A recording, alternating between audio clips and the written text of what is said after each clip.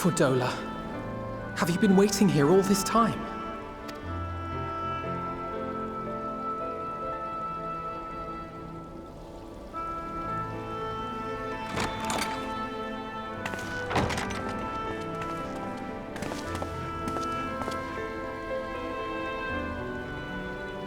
We have done what we can. The rest is up to him. May we see him? I do not think that wise. You must let him sleep.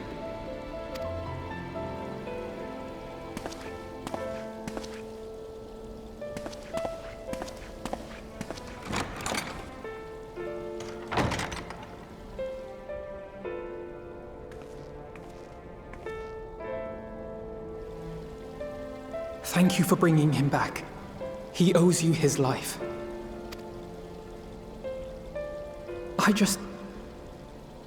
I just wish I had been there. Perhaps, I don't know, perhaps I could have... Could have what?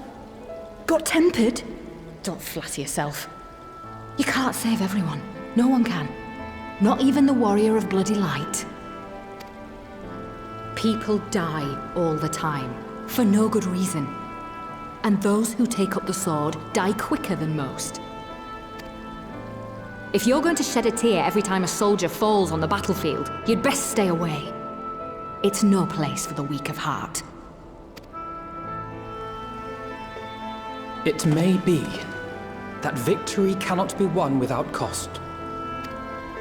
But all life is precious, and I refuse to shrug at its loss.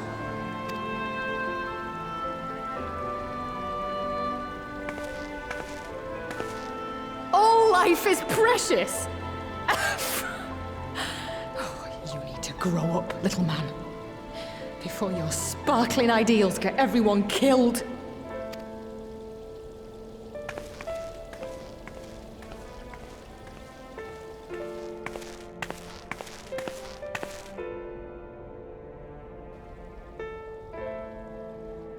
You're right. He is idealistic. But the world has more than its fair share of realists, like you and me. It's people like him who dare to dream that things could be better, and make it happen against all the odds. They are the ones whose names live on forever. The heroes. The battlefield's littered with would-be heroes. At this rate, you'll lot'll be next. And what'll become of your precious dreams then? They'll be gone. Like dust on the wind.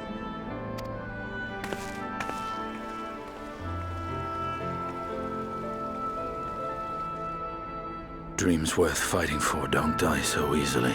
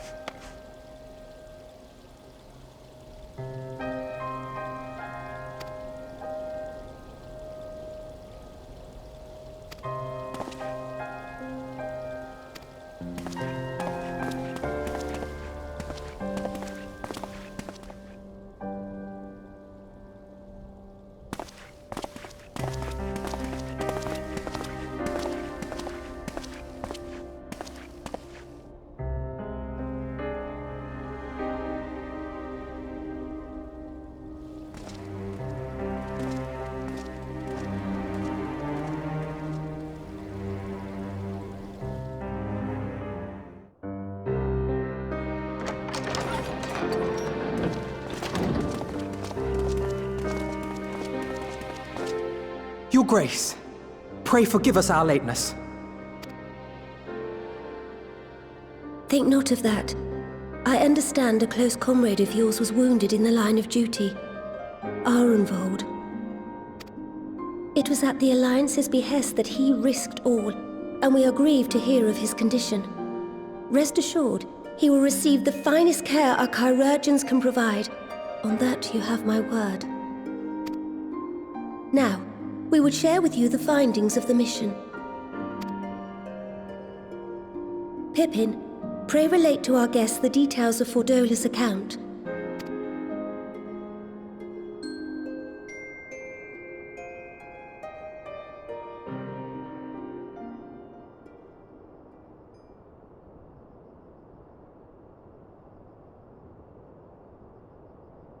First Bahamut, now Ifrit. Or lunar Ifrit, as Fan Daniel would doubtless have it. 'Tis now all but certain that the towers were conceived to facilitate the summoning of primals by those imprisoned within. Less certain is the means by which the Telophoroi constrain the wills of said entities to enact their designs in defiance of the pleas of their victims. Mayhap they do not. If mere proximity to the towers is enough to make loyal servants of the Empire's mortal enemies, it stands to reason that the same is true for those held captive.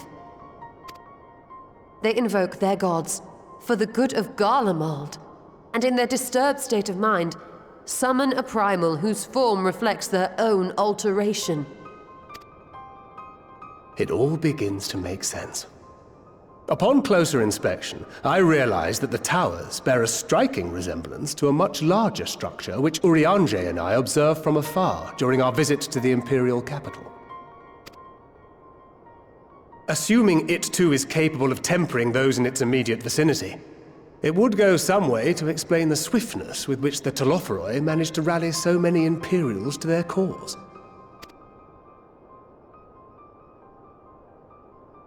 While the situation in Garlemald is indeed troubling, I fear we have more immediate concerns.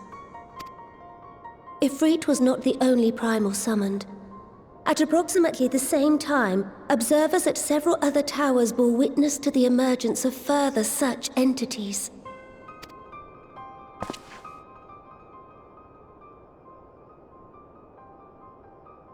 For a blessing, none appear to wield aught approaching the destructive power of Bahamut, and the Grand Companies are moving to deal with the threat even as we speak.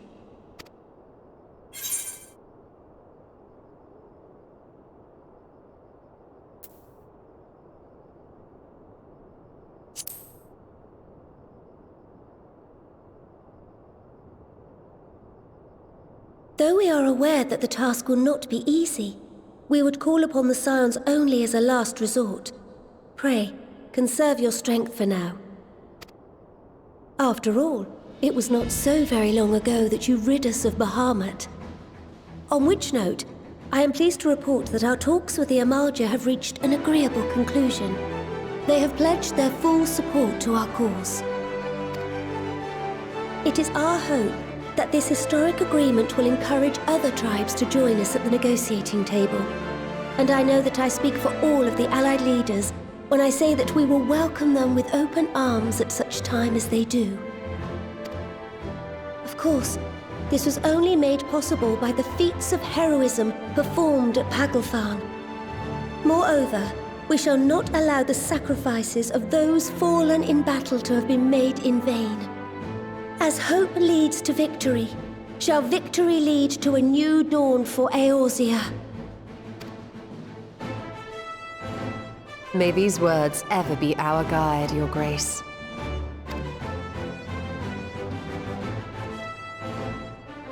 Now, if you will forgive me, I must consult with the Syndicate on the matter of our new allies' integration. Till next we meet, my friends, I bid you safe travels and blessed respite.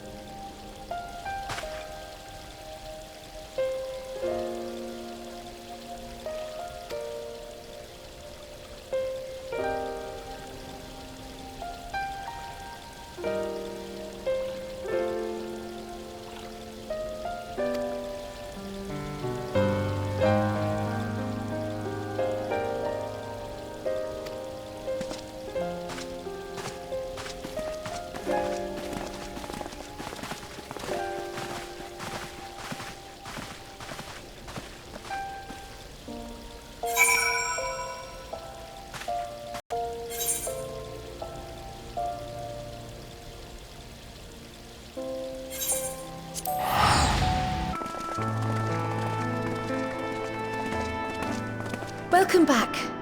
I expect you must all be exhausted. Ere you take your rest, however, I would beg a moment of your time. Thanks to Arenvold's selfless efforts, we may now be confident that we understand the function of the towers.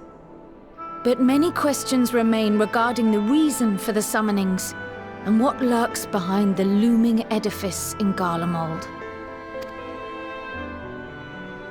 Until such questions are answered, we will struggle to devise an effective strategy for thwarting the Telophoroi's stated aim. Nothing less than the destruction of this star. And so, given the gravity of the situation, I move that we petition the aid of Sharlayan. 'Tis possible the ancient knowledge preserved within our archives may hide a clue to our enemy's methods. But given Sharlayan's established policy of non-intervention, our former colleagues are not like to aid us in its discovery. Oh, I well remember what they're like. The Forum's barefaced refusal to assist you in the days prior to the Calamity must rank as Sharlayan's most shameful act since the Exodus. But were the final days to be reenacted, it would spell doom for us all. Surely even they cannot turn a blind eye to that. I trust we are all of the same mind on this matter. Urgent as it seemed, I took the liberty of petitioning the Alliance for leave to act as Eorzea's emissary, and have since received their blessing. I presume your role as a student of Baldessian will carry some weight with the Forum? One can but hope. If truth be told, our organization has been a shadow of its former self ever since the disappearance of the Isle of Val. But the name does still retain some degree of prestige. I only pray it will be enough. If there are no objections, I shall depart for Sharlayan at once. But before I do, I should also mention the other matter to which I would devote some time during my stay. After hearing what transpired in the first, I began to question the true nature of Hydaelyn's blessing. A topic I have discussed at some length with Y'shtola. We were wondering, when was the last time Hydaelyn spoke to you directly?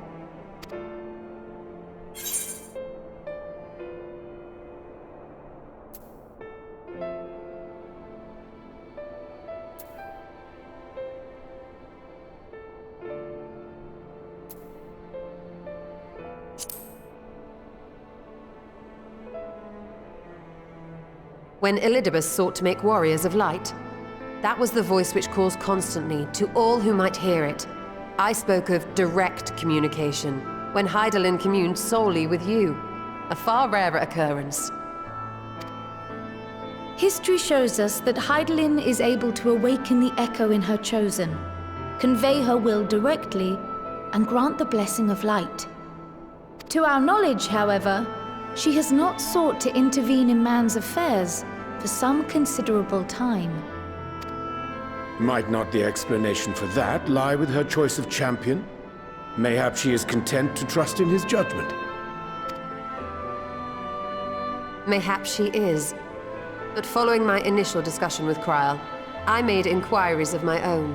And as far as I am able to tell, Hydaelyn has not made her will known to anyone. During my time in the First, the Oracle of Light spoke to me through Reen. But that was not the will of Hydaelyn. It was Minfilia herself. Indeed. And while she and Hydaelyn were inextricably linked, Minfilia yet acted of her own volition. A messenger, yes, but one who spoke with her own voice. I wonder, could Hydaelyn's silence suggest the presence of some disruptive force, perhaps? Some obstacle to communication? While I share Urianger's high opinion of your conduct, I see no reason why she would deny you her guidance altogether. Then again, who am I to say? The fact is, we simply don't know. But if the explanation is to be found anywhere, I can think of worse places to look than the archives of Sharlayan, and their research on the ethereal sea in particular.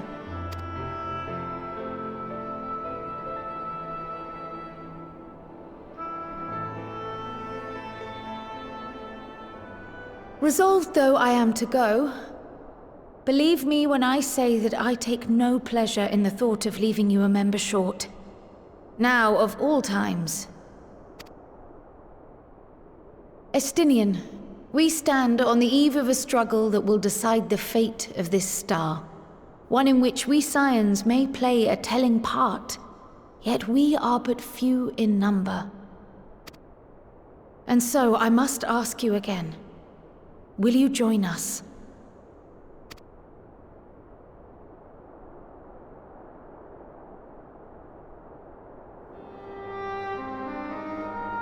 You see the world the way you want it to be. I see the world the way it is. You are idealistic to a fault. But I know you would never turn your back on those in need. Never close your eyes to their suffering. And somehow, your deeds lend truth to your words, giving the lie to my doubts in so doing. I have seen others draw strength from your belief.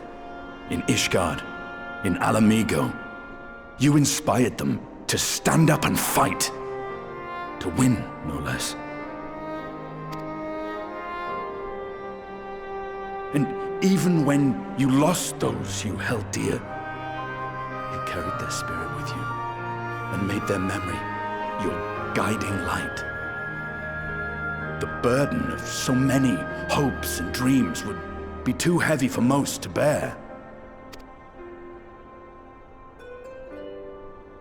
But you bear it willingly, as you have shown me. Some dreams are too important to let go. If you have need of my strength, it's yours. After all you've done, how could I refuse?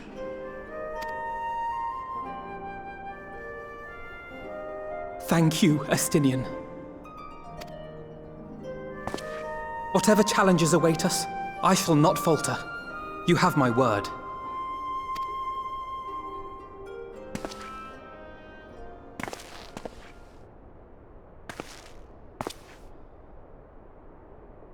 And now, I may bid you farewell. Safe in the knowledge that all is as it should be. In this little corner of the world, at least.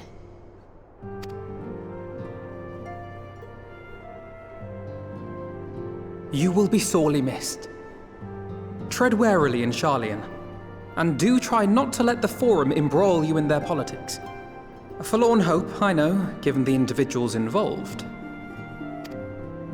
I shall do my very best. Farewell.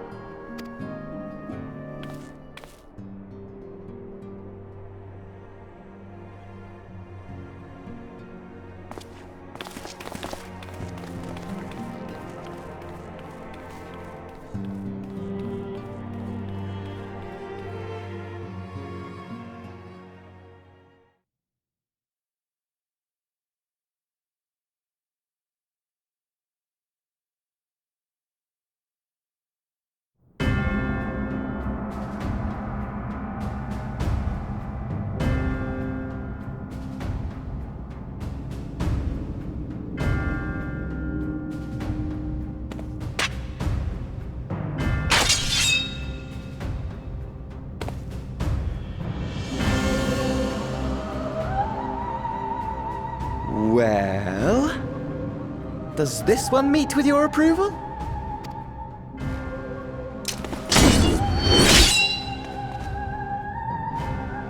Apparently not. Or could it be that you're still upset about the dragons? You are unwise to remind me of so costly a failure.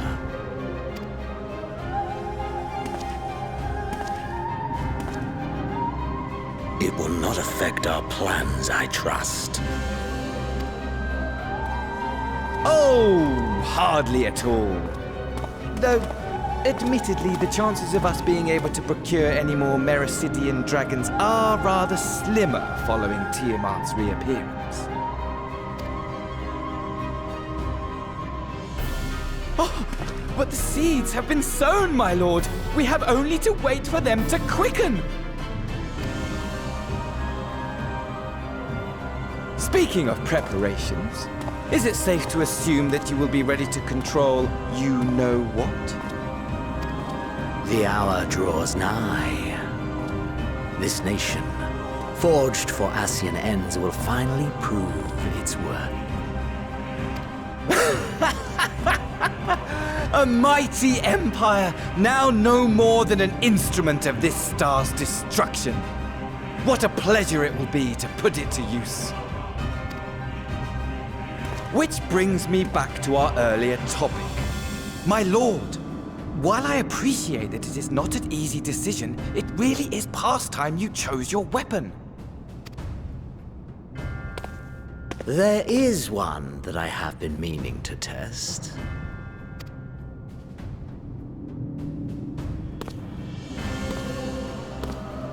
Well, well, not quite what I was expecting, though I will say, it does seem rather apt.